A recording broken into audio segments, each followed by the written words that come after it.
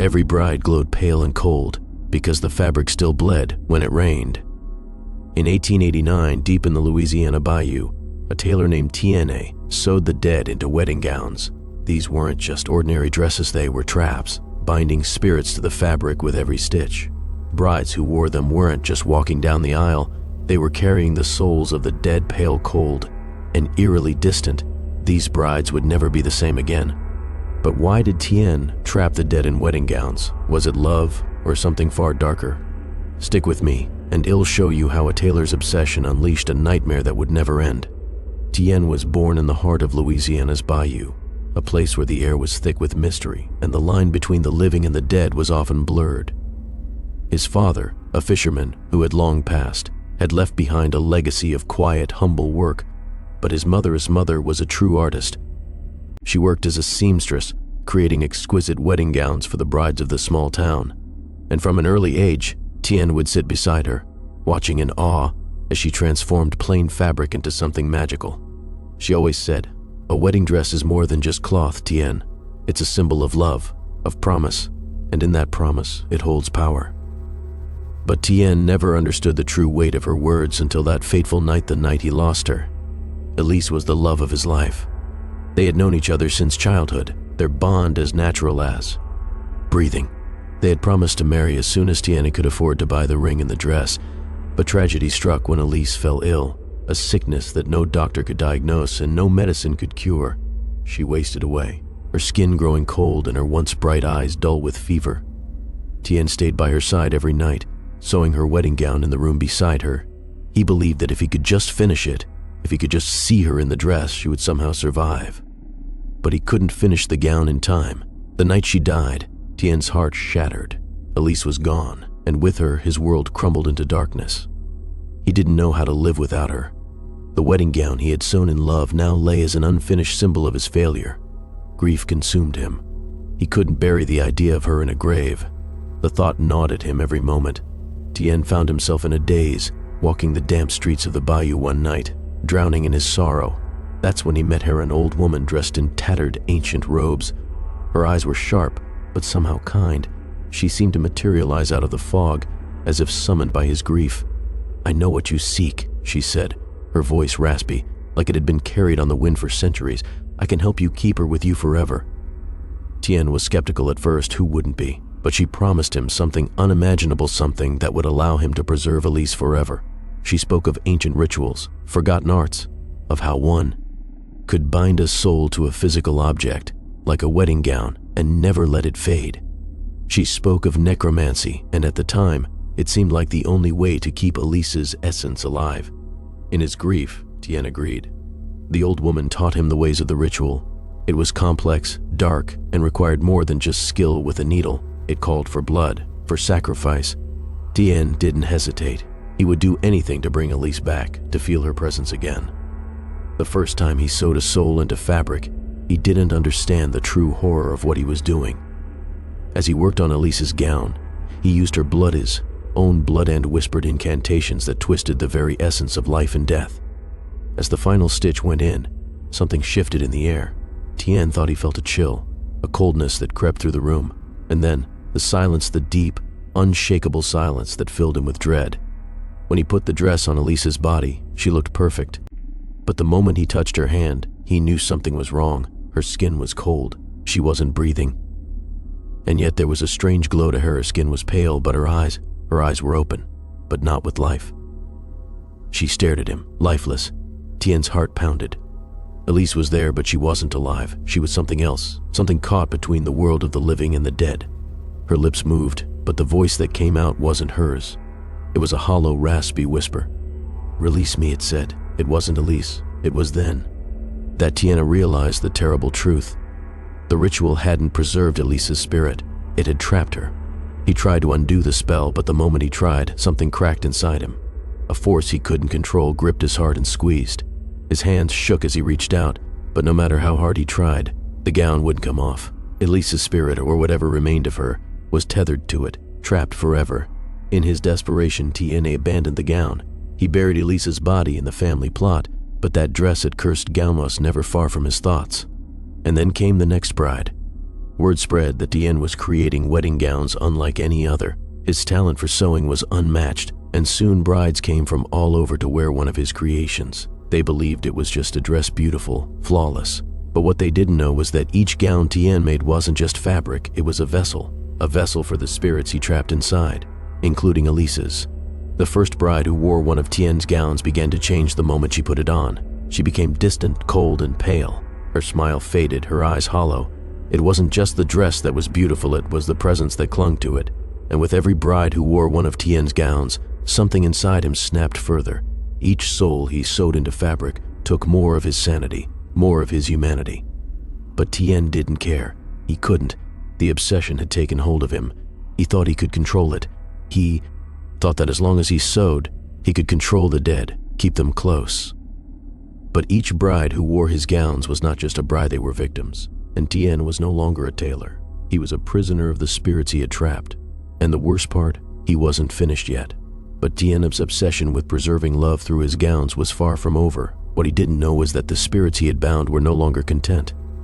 They had plans of their own, and they were just beginning to fight back. Étienne's fame as a tailor spread like wildfire, not just in the town, but beyond. His name became synonymous with perfection. Brides flocked to his door, eager to wear a gown that could only be described as otherworldly. They didn't know that each stitch he made carried a price they would unknowingly pay. But Étienne didn't care about that. He was driven by something, darker now, a compulsion, an obsession with trapping souls in his creations. Elise's spirit still whispered to him, pulling at him, urging him to create more, to perfect his art. And with each gown, he felt closer to her. The first bride to seek Étienne's creations was named Marie, a grieving widow who had lost her husband to a terrible accident. She was delicate, fragile, consumed by sorrow. She came to Étienne with a single request. She wanted to wear a gown that would keep her late husband's memory alive, something that would allow him to be there on her wedding day. She didn't know how deep she was stepping into, Étienne's dark world. Étienne saw the opportunity to create a masterpiece, one that would surpass anything he had ever done. The gown would not just be beautiful, it would be powerful. He worked late into the night, stitching, chanting the ancient words and weaving the essence of her late husband into the very fabric. The first stitch went in, then the second. With each pass of the needle, Étienne could feel the spirit begin to tether itself to the fabric. The air grew thick with an unnatural weight, and as he continued, the house seemed to hold its breath, the only sound being the rhythmic pull of the thread through the cloth. He was consumed by the task, ignoring the growing sense of unease in the pit of his stomach. His hands moved faster, as if something outside of him was pushing him forward. His obsession had reached its peak. But what Étienne didn't realize was that the spirit wasn't a perfect echo of the man it had once been. The gown, once complete, shimmered under the dim light of the workshop. It was exquisite, the fabric flowing like water. But there was something off about it. Étienne looked at the gown and felt a shiver run down his spine. He couldn't place it, but it was as if the gown itself was alive, breathing with a spirit trapped inside. The spirits weren't just confined to the fabric, they touched everything in the room. When Marie came to pick up the gown, Étienne hardly recognized her. Her face was pale, her eyes hollow, as though something inside her was already lost. But she was desperate to hold on to what she had lost. She didn't know that the dress wasn't a memento, it was a prison. Marie stepped into the gown. Her body seemed to mold perfectly to the fabric, as though it had been made for her. But when she stood in front of the mirror, her reflection was wrong. Her movements were too stiff, too unnatural. Her smile seemed forced, as if something inside her was pulling her strings. Étienne watched her, his heart pounding with a mix of excitement and dread. He had created a masterpiece, but it was nothing like he had imagined. This was no longer just a gown. This was a vessel, a trap for the soul he had bound within it. As the day of the wedding approached, Étienne began to notice changes in Marie. She would stand for hours, staring at herself in the mirror, her lips moving as if speaking to someone no one else could see. She would often wake in the night, her body drenched in sweat, as if haunted by nightmares. The night before the wedding, Étienne visited her in her home, concerned. He was afraid. He had never expected the gown to have this much power, this much control. He stood outside the door, listening to Marie speak in whispers that sent chills down his spine. But it wasn't Mary's voice. It was someone else's. "Let me out," the voice whispered. "Release me." Étienne opened the door, his breath catching in his throat. Marie was sitting on the floor, the gown draped around her. Her eyes were closed, but her mouth was open, as if she were speaking without speaking. The voice, her husband's voice, came through her, as if he were trapped inside her body, his rage and desperation leaking out. Étienne stepped back in horror. He realized, too late, that the soul he had trapped wasn't content to remain in the gown. It wasn't simply a bride's keepsake, it was a prison. The spirit, now bound to the fabric, was clawing its way out, forcing its presence into Mary's very being. He tried to pull her from the gown, but it clung to her as though it had fused with her skin. The more he struggled, the more the gown screamed. It wasn't a gown anymore, it was a cursed object, a symbol of Étienne's twisted ambition. The dead were no longer at peace, and they weren't going to stay trapped forever. In a panic, Étienne called to the woman, "Marie, you have to take it off. You're not yourself. You're not just wearing the gown, you're wearing him." But it was too late. Marie stood up, her movements jerky and unnatural. She looked at Étienne, her eyes wide, her mouth twisted into an expression of terror. "Help me," she pleaded. But the words weren't hers. The voice that came through was the voice of her dead husband. Étienne knew what had happened. The dead didn't stay buried, not when they were trapped in his creations. And Marie, wearing the gown, was now the unwilling vessel for a spirit that couldn't rest. But as Étienne stood there, paralyzed with fear, the gown, the creation he had so meticulously crafted, shifted again. It wasn't just a piece of cloth. Alive. It was feeding. The dead were no longer trapped in the fabric, they were growing stronger. And that's when Étienne realized the true horror. This wasn't just the beginning of his curse. It was the beginning of something far darker and far more powerful. Étienne's life had become a nightmare of his own making. Each bride who wore his gown seemed to slip further away from the living, their bodies trapped in a shell that no longer truly belonged to them. The first few souls were nothing compared to what came next. What had started as a single creation and act born out of grief and obsession had now spiraled into something darker, something far beyond his control. The gown he had made for Marie had been the beginning, but it was not the end. Brides began arriving at his door, seeking gowns they believed were symbols of eternal love. Étienne, unable to stop himself, kept creating them. Each dress, each gown, was a trap for a lost soul that he believed he was preserving, but one that was always hungry for more. The fabric seemed to pulse with an energy of its own, like it was alive, and each time Étienne put needle to thread, he felt the souls of the trapped brides tugging at him. He thought he could control them, that their anger would subside over time, but he was wrong. Each gown he made was more powerful than the last. The souls trapped inside grew more restless, more demanding, as if the gowns were nothing but prisons to them, prisons they weren't content to remain in. He should have stopped, but Étienne couldn't stop. The dress he created for one bride, a young woman named Alice, was different. She arrived in his workshop one day with wide, tear-filled eyes, her shoulders hunched with the weight of her grief. She had lost her fiancé in a tragic accident, and, just like Marie, she came to Étienne seeking a way to hold on to him. The moment she spoke, Étienne felt the pull, that same magnetic urge to create a trap. But as soon as he laid eyes on her, a strange feeling overcame him. He couldn't quite place it, but it felt as if the spirit inside Alice's gown had already been chosen. Alice, desperate and broken, begged Étienne to sew her gown with the love she had for her fiancé, the love that had been lost too soon. The request should have filled Étienne with empathy, but instead, it set his heart racing with excitement. There was something in the air, something he couldn't see but could feel, pulling him toward the gown. For days, Étienne worked on the dress with feverish intensity, but this time, something was different. The threads didn't glide as easily as before. The air around him seemed thick with energy, almost as if the gown itself was fighting back. Étienne dismissed the uneasy feeling, convincing himself that it was just his nerves, a result of his growing obsession. But the closer he got to finishing the gown, the more restless he became. Something was stirring inside him, a sense of dread, gnawing at him, telling him to stop, but he couldn't. When Alice came to pick up the gown, Étienne had the distinct feeling that she wasn't quite the same. Her eyes were more hollow than before, and she spoke with a forced smile, as though someone else were pulling her strings. She didn't even look at the gown, but instead took it from Étienne's hands with cold detachment. As soon as Alice put the gown on, Étienne felt his heart lurch in his chest. The fabric settled around her body, but she seemed too still, too calm. There was no joy in her expression. The weight of grief had been replaced by something darker, something more terrifying.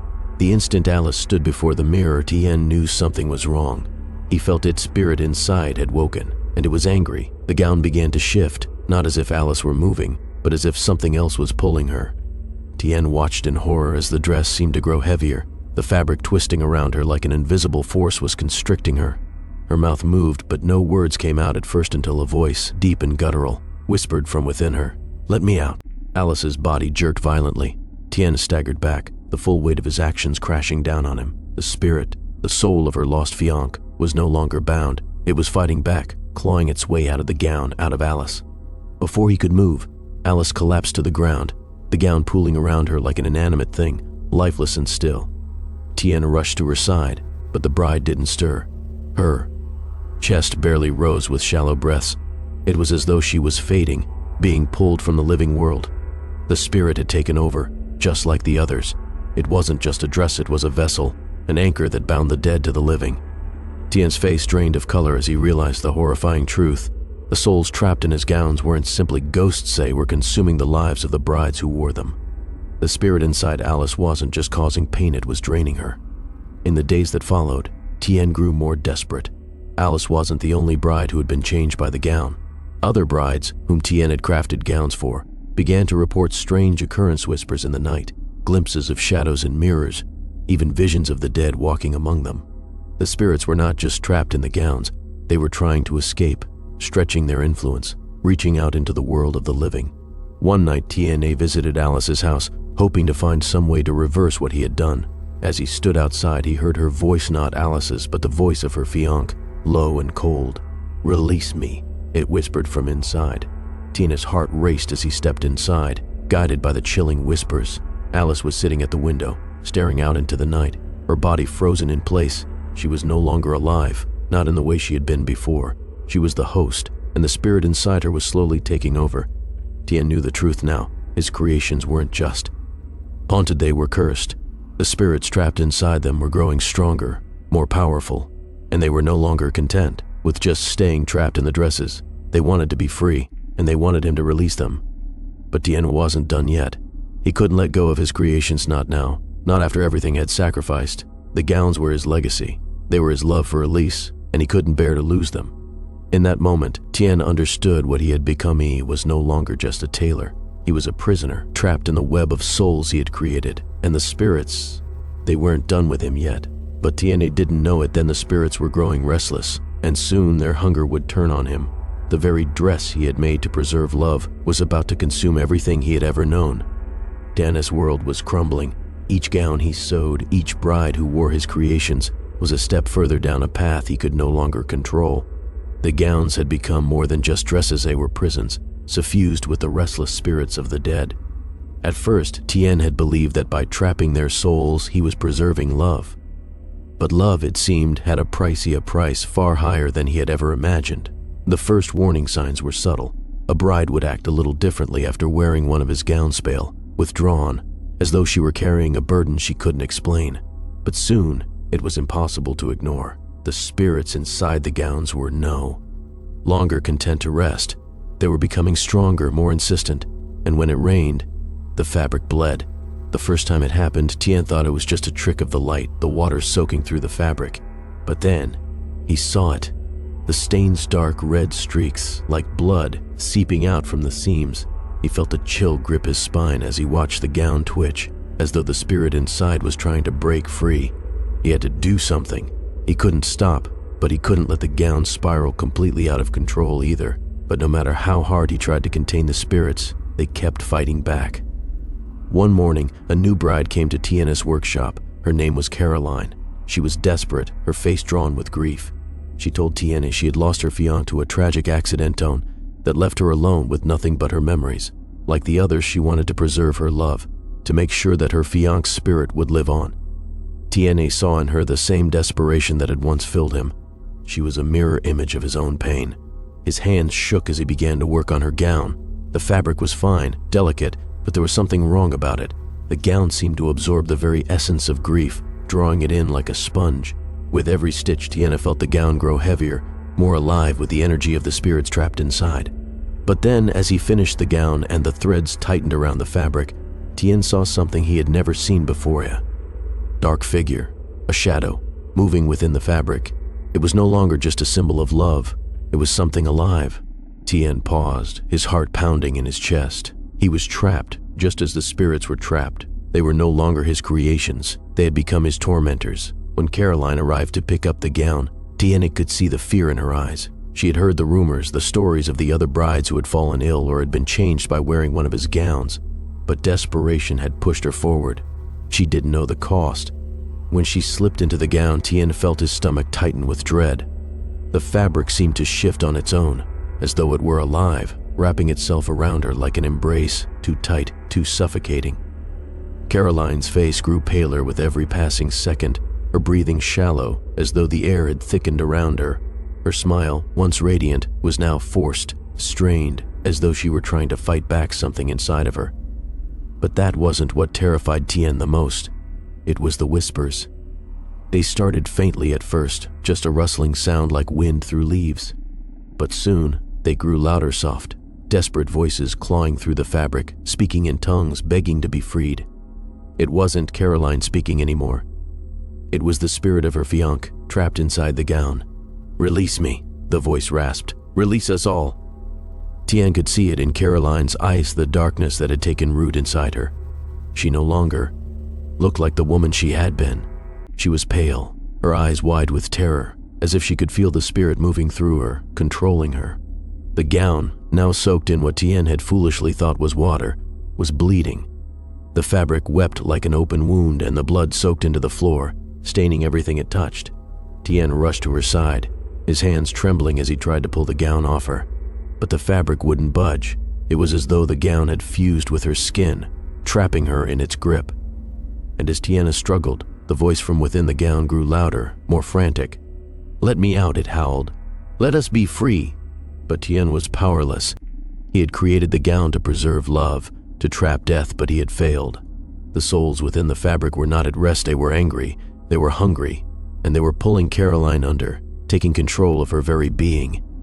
In a moment of clarity, Étienne knew what he had to do. He could feel the weight of the spirits, the pressure of their power building inside the gown. He had to destroy it. But as he reached for the scissors, he froze. What if destroying the gown didn't free the spirits? What if it unleashed them, making them more powerful than ever? Before he could make a decision, Caroline collapsed. The gown, once tight and constricting, fell from her body, a lifeless heap of fabric on the floor. Her eyes were empty, her skin as cold as ice. She had been consumed, her very essence drained by the spirits. Trapped in the gown, Étienne's world went black. For days, Étienne locked himself away in his workshop, the horrors of what he had done gnawing at his sanity. The gowns, once symbols of love, had become vessels for death. The spirits inside them were no longer content to remain trapped. They had tasted freedom, and now they would stop at nothing to escape. Étienne tried to burn the gowns, to destroy them, but the flames refused to take hold. The fabric wouldn't burn, wouldn't die. It was as if the gowns themselves were feeding on the fire, growing stronger with each failed attempt. He had created something far darker than he had ever intended, and now he couldn't escape. But Étienne didn't know it yet. There was one more gown he had yet to create, and it would change everything.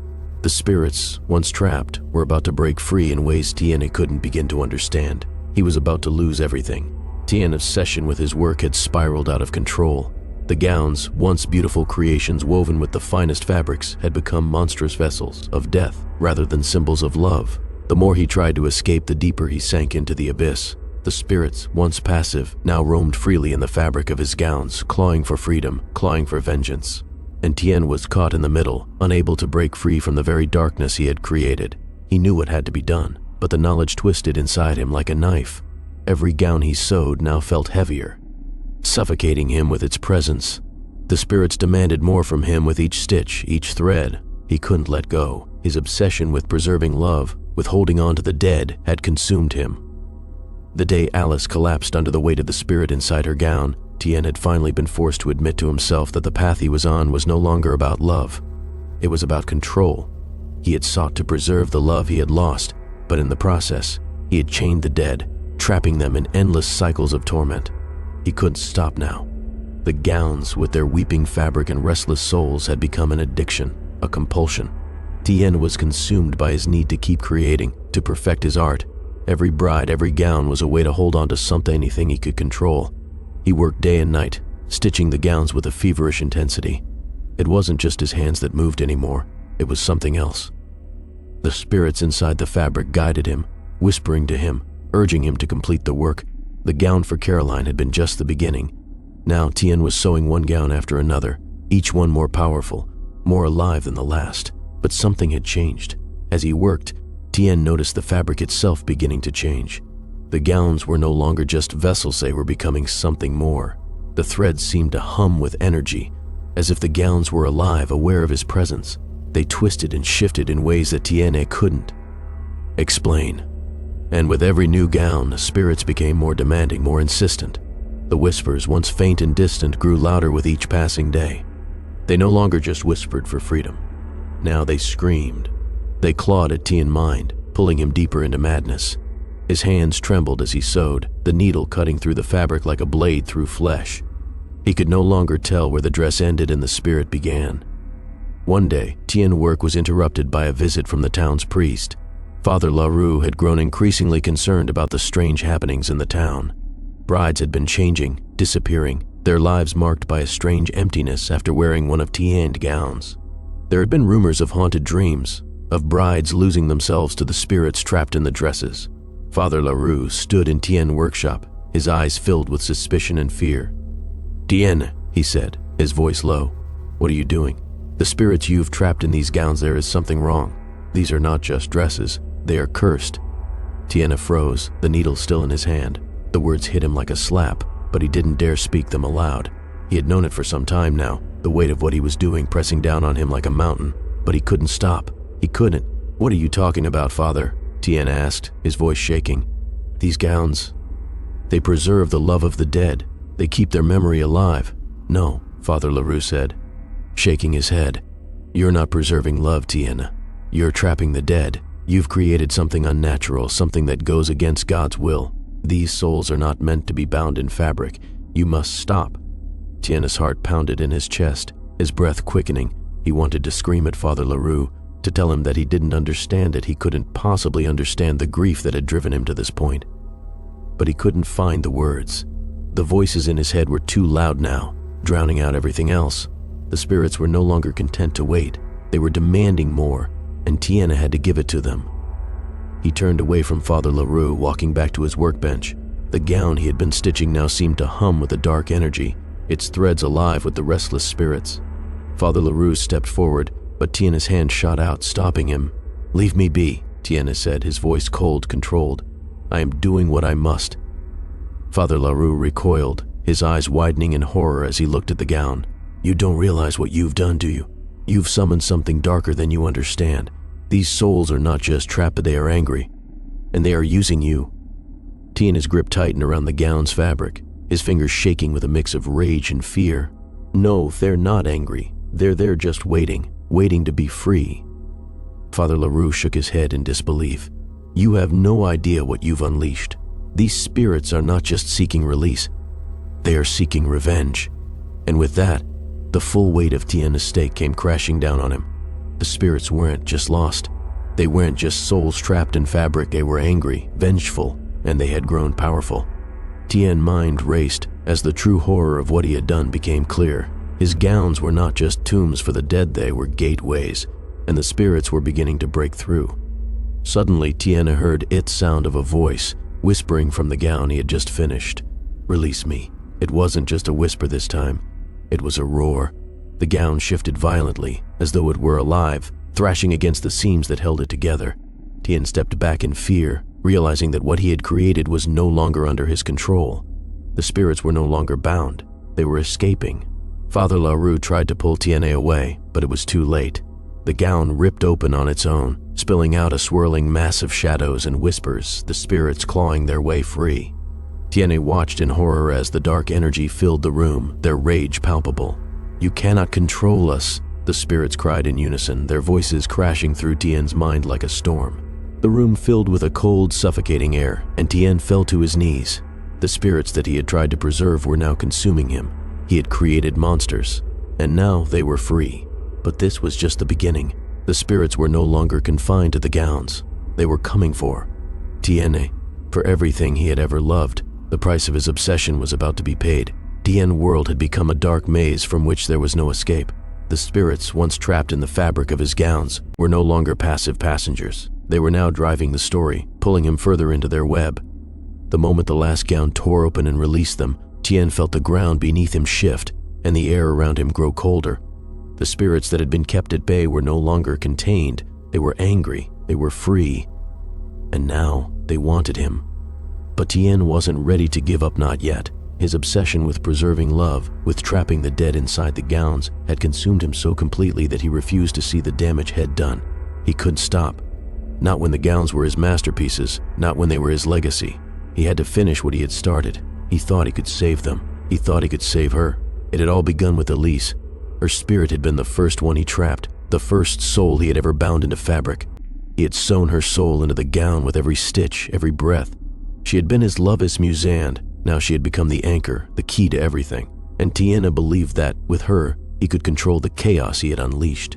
He had to finish the gown he had started for himself, the final piece in his twisted, obsessive puzzle. He would wear it. Étienne locked himself in his workshop, his eyes fixed on the gown. He had been working on for days, the gown that would allow him to be reunited with Elise, truly reunited. The gown was unlike any he had ever made before. The fabric was woven with an elegance that took on a life of its own, shimmering in the dim light of the workshop. But the moment Étienne touched it, he felt it a pull, a heaviness in his chest. The gown was no longer just cloth, it was alive.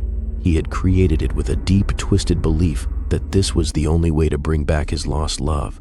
His obsession had clouded his judgment to the point where he couldn't see the darkness that had overtaken him. The gown, the final stitch in his obsession, would bring Elise back. Étienne began the final preparations. The gown was ready, and so was he. He reached out, his fingers trembling, and slipped it over his body. For a brief moment he felt a surge of peace. It felt as if he were stepping into a world that would make everything whole again. But then, as the gown settled against his skin, a sharp tingling sensation spread across his body. The fabric seemed to tighten, shifting, pulling him into itself like a living thing. Étienne gasped, but he could not move. He struggled, but the gown was now part of him. It was no longer a garment, it was a vessel, a cage, and the spirits inside it had already taken control. As Étienne's vision blurred, he saw Themis Muse, his Elise, and the other brides whose souls he had trapped. They hovered in the background, their forms faint and translucent. Their faces were twisted in silent screams, their eyes filled with rage and betrayal. The gown, the one he thought would bind them all together in peace, had turned into something far worse. It was their prison, their torment, and now they were pulling him into it. "You cannot control us," the voice of Elise whispered, but it wasn't Elise's voice anymore. It was the collective voice of all the souls he had ever trapped. Étienne tried to scream, but the fabric squeezed tighter around him. His body became frozen, locked in place as the spirits took over. The gown had become a conduit for them, a way for them to channel their anger into Étienne's very being. "You wanted to trap us," the voices echoed. "Now you will be one of us." The gown grew darker. Étienne felt his body being torn apart, the spirits inside devouring him from within. His chest felt like it was caving in, his heart beating erratically as the spirits inside took control of his limbs. His own flesh no longer belonged to him. He was nothing but a vessel, a puppet struggling against the overwhelming force that had taken over him. Then, as the spirits poured into him, Étienne heard a voice, but so faint he could barely make it out. "Let go, Étienne," Elise whispered, but her voice was soft, distant. "You cannot bring me back. You cannot hold on to what's already gone." Étienne's heart ached, but he couldn't stop. He couldn't let go. The gown had him now, and the spirits were pulling him deeper into a nightmare. His last thread of humanity was slipping away, and he felt his body begin to disintegrate, as if his very soul were being unraveled thread by thread. The room grew cold. Étienne's vision blurred as the spirits consumed him completely. He could feel them inside of him, tearing him apart, the weight of their souls pressing against his skin. It was unbearable. He had tried to bring back the love he had lost, but instead, he had created a hell for himself. The gown had become his prison, and the spirits were its executioners. And then, just as Étienne's last shred of consciousness began to fade, the spirits released him. It wasn't an escape. It wasn't peace. It was freedom. For them. The gown, still clinging to Étienne's body, burst open, tearing apart at the seams. The spirits swarmed out, free at last. They no longer needed him. They were done with him. He had given them what they wanted, but it had come at a cost. Étienne collapsed to the floor, his body limp, his mind broken. The gown, the last creation he had sewn, had destroyed him. He had become one with the very thing he had created, a shell that could no longer contain the spirits that had once been his obsession. But the spirits did not linger. They were gone now, leaving Étienne's broken body behind. The town, which had once been filled with whispers of his craft, would never speak of him again. His name would fade into nothingness, a dark legend whispered only in fear. As for the gown, it was gone, destroyed. Its power had been spent, its curse lifted. The spirits had escaped. But Étienne would never be the same. He had given everything to create something that should have never been created, and in the end, it consumed him. But Étienne's legacy would not end here. There were other gowns, other brides, and somewhere in the bayou, the curse still lived. Someone else would stumble across it, and the cycle would begin again. The bayou was eerily quiet as the whispers of Étienne's creations grew louder in the town. The spirit of his obsession was not confined to the gowns he had crafted, no. It had seeped into the very air of the town, chilling the bones of those who lived there. Étienne was gone, his body consumed by the very spirits he had sought to control, but his legacy lingered like a dark cloud over the bayou. The gown, the last creation he had sewn for himself, had been destroyed, but the curse remained. It was as though the very fabric of the bayou had absorbed it, binding it to the land itself. The spirits had been freed, but they weren't gone. No, they were still out there, restless, hungry, and searching for the next soul to trap. It was Sarah who first noticed the strange happenings. She had grown up in the town, hearing the rumors about Diane's dark craft, but she had never believed them, not until her own sister Lucy had returned from the town's bridal shop, wearing one of Étienne's gowns. Sarah had seen the gown, the fabric shimmering in the dim light, almost alive, but it was Lucy's eyes that caught her attention. They were vacant, distant, as if something else was looking out from behind them. Sarah had watched as Lucy, once full of life, slowly withered away. Her personality changed, her smile faded, and her once joyful laughter turned into hollow echoes of her former self. It wasn't long before Sarah realized that the gown, that cursed gown, wasn't just a dress. It was a vessel. It held something far darker, far more dangerous than anyone could have imagined. When Sarah confronted Lucy, she saw the truth in her sister's eyes, the same vacant expression Sarah had seen in the others who wore the gowns. It was a look of possession. The spirits inside the dresses had not been freed. They had simply moved on to someone else. Sarah sought answers, and they led her to the remnants of Étienne's workshop, now abandoned and overgrown with moss and vines. The windows were boarded up, the door long since rotted away, but there was still something in the Naira presence that couldn't be shaken. Inside the dusty workshop, Sarah found it. The last gown Étienne had made, the one he had sewn for himself. It was draped over a chair, forgotten, its fabric glistening in the dim light that filtered through the cracks in the boarded-up windows. But as she reached for it, a cold gust of wind slammed the door shut, trapping her inside. She spun around, her heart pounding in her chest. The room seemed to grow darker, the shadows closing in around her. The gown on the chair began to move, shifting as though it were alive. The whispers grew louder, surrounding her, calling to her. "You shouldn't have come here," the voices hissed. "You cannot escape." Sarah took a step back, her pulse racing. She wanted to run, but something was pulling her toward the gown. She couldn't explain it, couldn't fight it. The spirits inside the dress were calling to her, demanding her attention. The Étienne's gown seemed to come alive, stretching toward her. As Sarah reached out to touch it, a sharp pain stabbed through her chest. She gasped, clutching her heart as she fell to her knees. The fabric of the gown wrapped around her, binding her, and in that instant, she knew what Étienne had done. The spirits inside the gown weren't just trapped, they had grown stronger. But it wasn't just the gown that had power. The curse had spread, infested the land itself. Every stitch, every piece of fabric that Étienne had touched had become a conduit for the spirits to reach into the world of the living. They were no longer confined to the gowns. They were in the town, in the very soil beneath Sarah's feet, and they were coming for her. "Let me out," a voice whispered in her ear. Sarah spun around, but there was no one there. The whispers grew louder, maddening, as the spirits began to claw at her mind. They had been waiting, and now they were hungry. Just as Sarah felt herself slipping into darkness, a figure appeared in the doorway. It was Father LaRue, his face grave, his hands clasped together in prayer.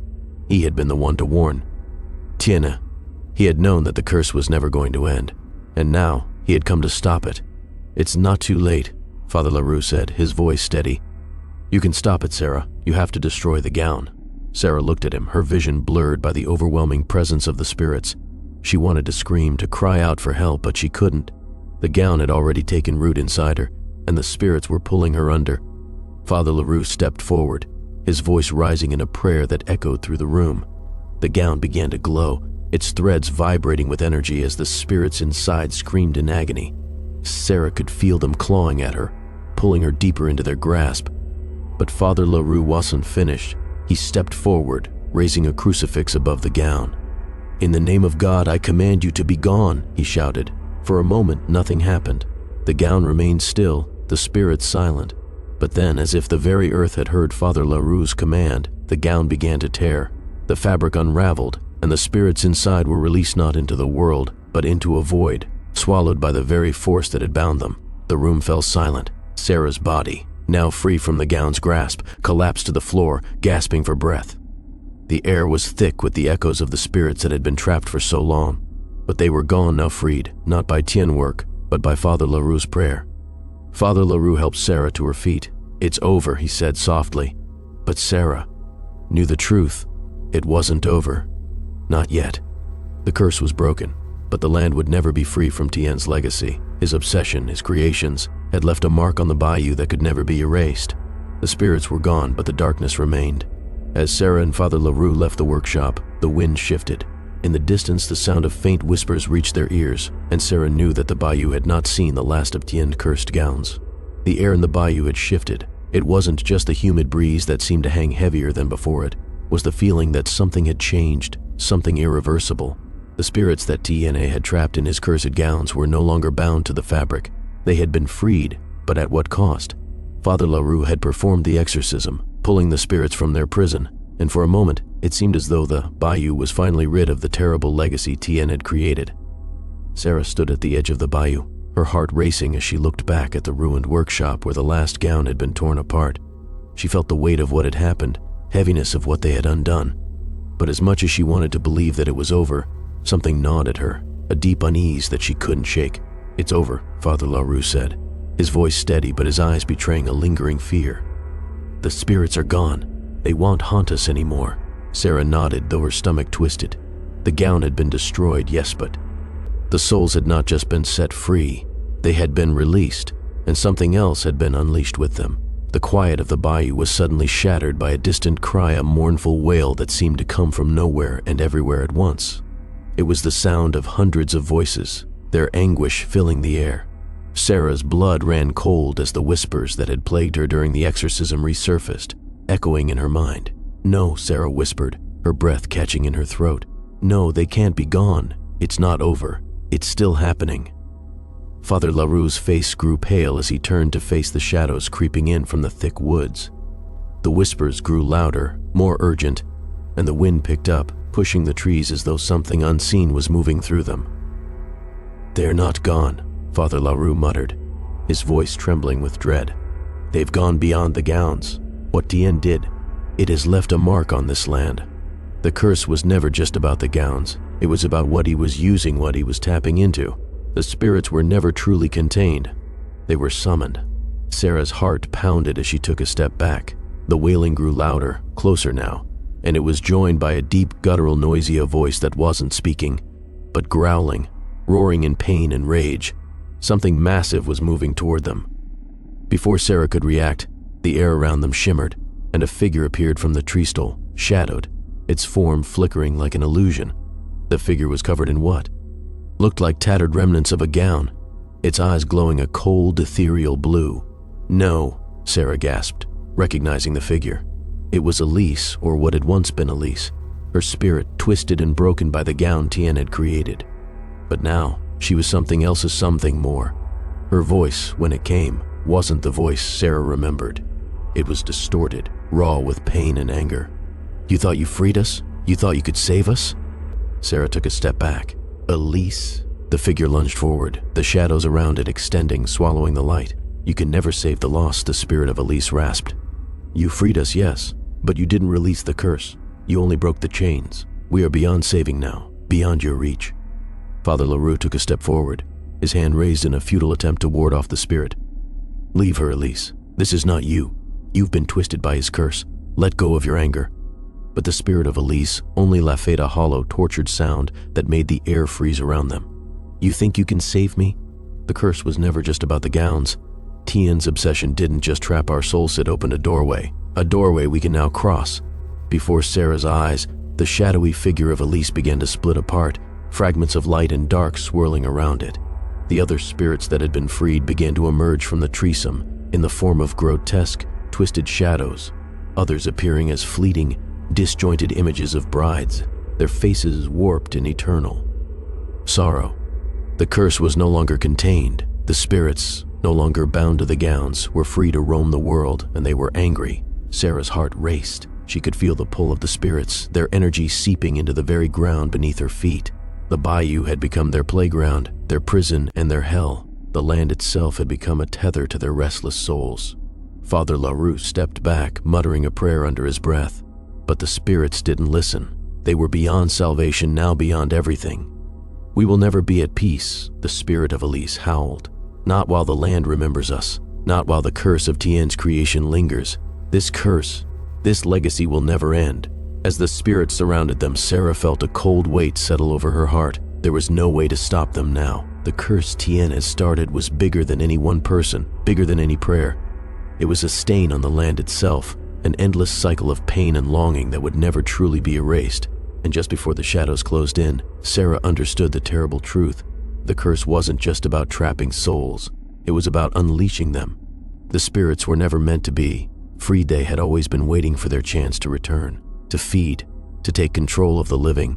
The bayou would never be free. The curse had only just begun. The bayou had changed. The land had become an unwilling host to the spirits that Étienne had freed, spirits that had been trapped by his. Cursed gowns, now unleashed and beyond control.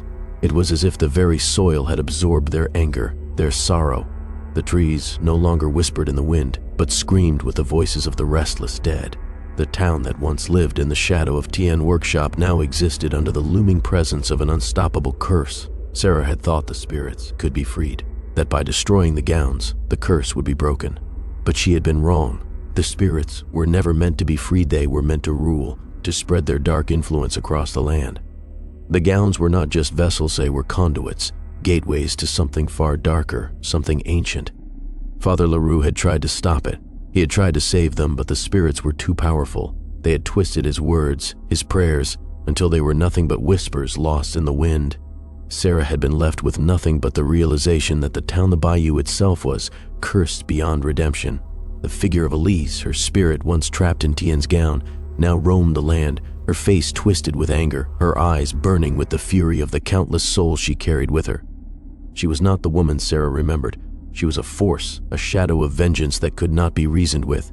"It's not over," Sarah whispered to herself, her voice trembling. "It's never over." The curse had taken root, and now the bayou was its domain. The spirits were everywhere, whispers in the trees, cold hands brushing against the living, shadows stretching long into the night. The curse had spread far beyond Étienne's workshop. It had consumed the very land. But there was one final step, one last stitch to be made. Father LaRue had spoken of the ritual, a final dangerous act to close the doorway the spirits had opened. But Sarah wasn't sure she believed him anymore. How could she? The spirits had grown too powerful, their influence too widespread. She had seen the destruction they could cause as she had witnessed it firsthand when they had overtaken the town, twisting it into a living nightmare. Yet even in the face of such overwhelming evil, Sarah could not give up.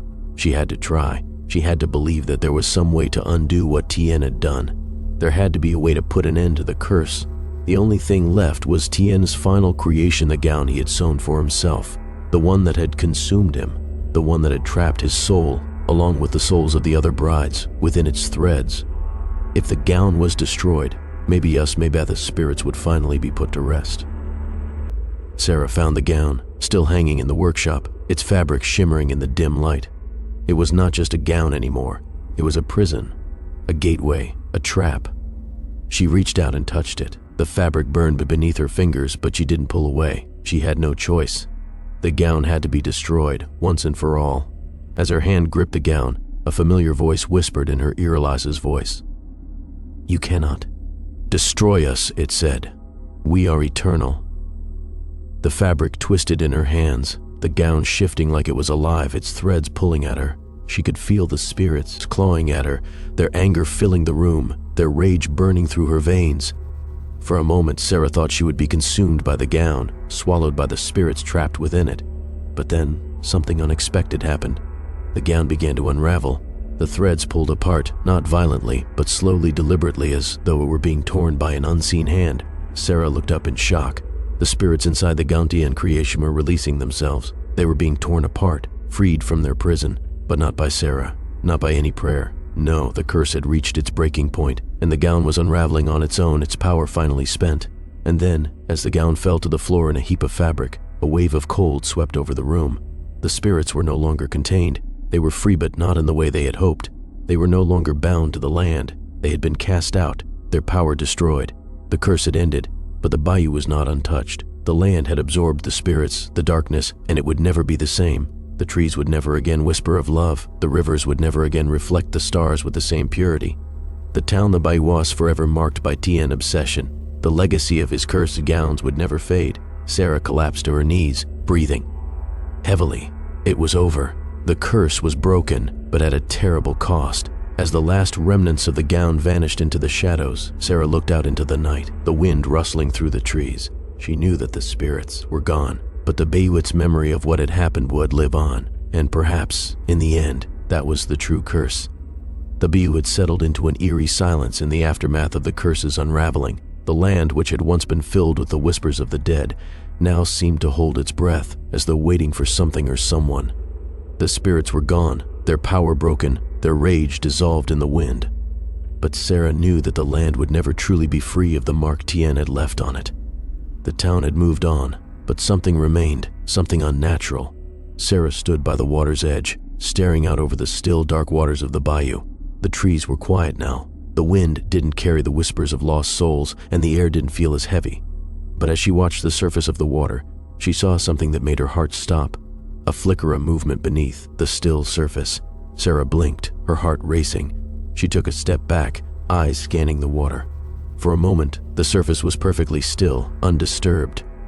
But then, a ripple formed, as though something just below the water had shifted.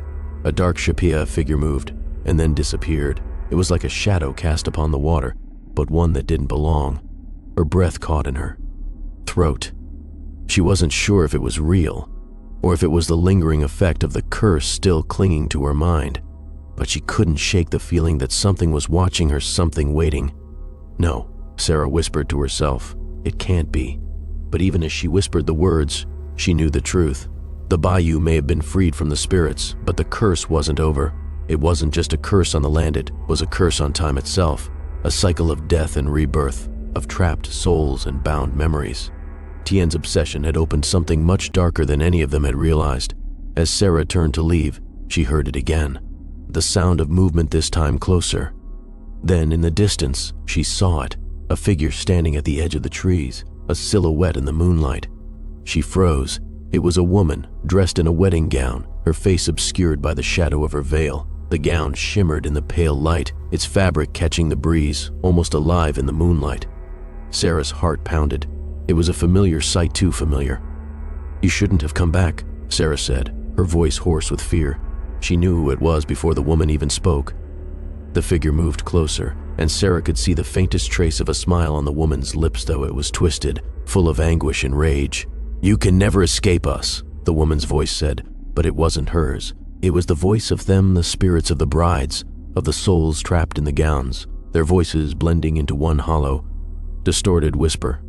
The figure lifted her veil, revealing the ghostly face of Elise, her eyes empty, the skin around her mouth twisted in an agonizing snarl. But it wasn't just Elise, it was all of them, the spirits still bound to the fabric of the gown, still lingering in the corners of the bayou, where the curse had never truly ended. "You freed us, but you didn't stop us," Elise whispered, her voice like a hiss. "We are still here, and we will never be at peace." Sarah took a step back, her mind racing. The gown, the spirited, was a manifestation of the curse that had been set into motion long before Étienne had ever begun his work. She understood now. The cycle couldn't be broken because it wasn't meant to be broken. The land, the spirits, the gowns, were all part of a cycle that would repeat itself forever. "You can never escape the past," Elise continued, her face distorting further, as though the gown was pulling her apart. The curse will continue. Someone will always find the gowns. Someone will always try to trap us. Someone will always try to preserve what's lost, and the cycle will start again. Suddenly, the figure vanished, dissipating into the air like mist, leaving Sarah standing in the darkness, her heart hammering in her chest. And then, just as quickly as it had begun, the bayou fell silent again. But Sarah knew. She knew that the cycle wasn't truly over. The curse had spread too far, too deep into the land. Étienne's obsession had opened a door that could never truly be closed. The gowns, the spirits, the darkness were waiting. Somewhere, deep in the bayou, buried beneath the earth, a gown lay waiting to be found, to be worn. And when the time came, the cycle would begin again. The curse would never end. It would just reignite.